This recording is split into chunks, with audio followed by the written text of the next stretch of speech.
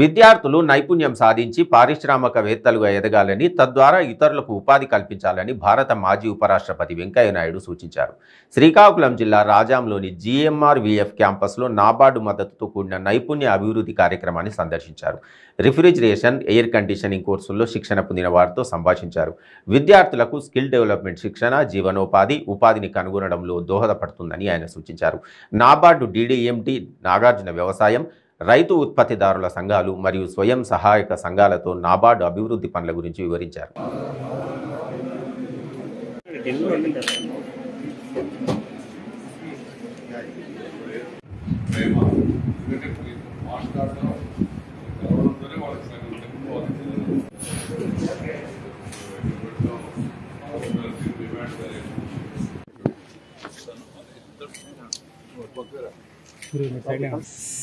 మన అక్కడ నవ్వుతూ చెప్పా, ఈ పార్టీలు ఎవరు ఏ పార్టీలో ఉన్నారో లేటెస్ట్ గా కనుక్కోవాలంటే ఆర్టీసీ బస్ స్టాండ్ లో బస్సుల రాకపోకలని పెట్టుకుంటారు. ఏ బస్సు ఎన్ని గంటలకని.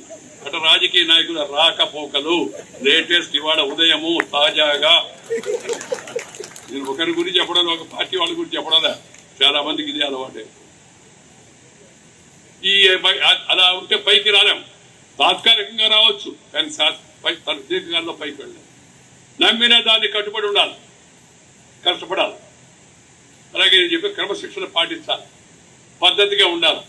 అసెంబ్లీ, పార్లమెంటు, అక్కడ మనం మాట్లాడే మాటలు యూత్ అంతా కూడా చూస్తుంటారు. అసెంబ్లీలో ఎమ్మెల్యే ఏం మాట్లాడు, మా ఎమ్మెల్యే ఎంపీ ఏం మాట్లాడాడు, ఏం చెప్పాడు మా మినిస్టర్లు చూస్తుంటారు.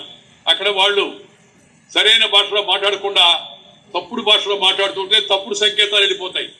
మనం చూస్తున్నాం ఇవాళ ఎంత దిగజారిపోయిందో. కొంతమంది చెప్తుంటారు అసెంబ్లీలో తుగులు ఎక్కువ వేసుకొని, గొడవ ఎక్కువైపోయి, కాగితాలు దించి జుట్టు దించుకొని ఆఖరణ చొక్కాన్ని పడిచి బయట రాని సంగతి చూస్తానంటాడు. బయట ఉన్నవాడిని గెలిపించి లోపల పంపిస్తే వాడు నువ్వు బయటకు రాని సంగతి చూస్తానంటాడు. అంటే ఇది బయట సరుకే కానీ లోపల సరుకు కాదని మనం తెలుసుకోవాల్సిన అవసరం.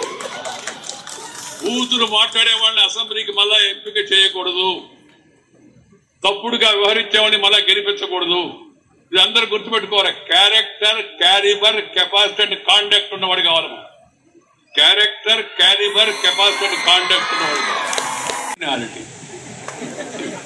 మనం ఎవరు చెప్తారా మీటింగ్ల కంటే, మీ చిన్నప్పుడు మేము బస్సు అక్కడ ఇక్కడ బస్సుల్లో నడిచిపోయి బండు కట్టుకొని వచ్చి మీ మీటింగ్ వినేవాళ్ళం సార్. ఇప్పుడు అంతా పరిస్థితులు మారిపోయాయి సార్ అన్న. ఏం మారినాయి అన్న? ఇప్పుడు అంతా 3B ఫార్ములా సార్ అన్నాడు. 3B formula అదేందన్న? మీటింగ్కి రావాలంటే బస్సు, బత్తా, బాటిల్, బిర్యానీ ఇకపోతే రాడు సార్ మీటింగ్. ఎంత దౌర్భాగ్యం చెప్పండి. ఒక నాయకుడు ప్రసంగం విందామని, విషయాలు తెలుసుకుందామని పోవాలా. మేము చిన్నప్పుడు మన తెన్నేటి విశ్వనాథం గారు, గౌతు లచ్చన్న గారు, మీ జిల్లా వాస్తవుడు, మహానాయకుడు, ఇంకా అనేక మంది అలాంటి యొక్క నాయకుల యొక్క ప్రసంగాలు వినేవాళ్ళం. ఆ రోజుల్లో దానికోసం దూరం ప్రయాణం చేసి వెళ్ళేవాళ్ళం.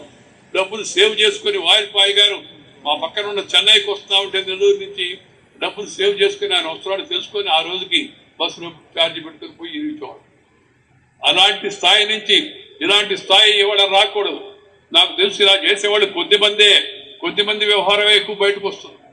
మంచిగా పనిచేసేవాళ్ళు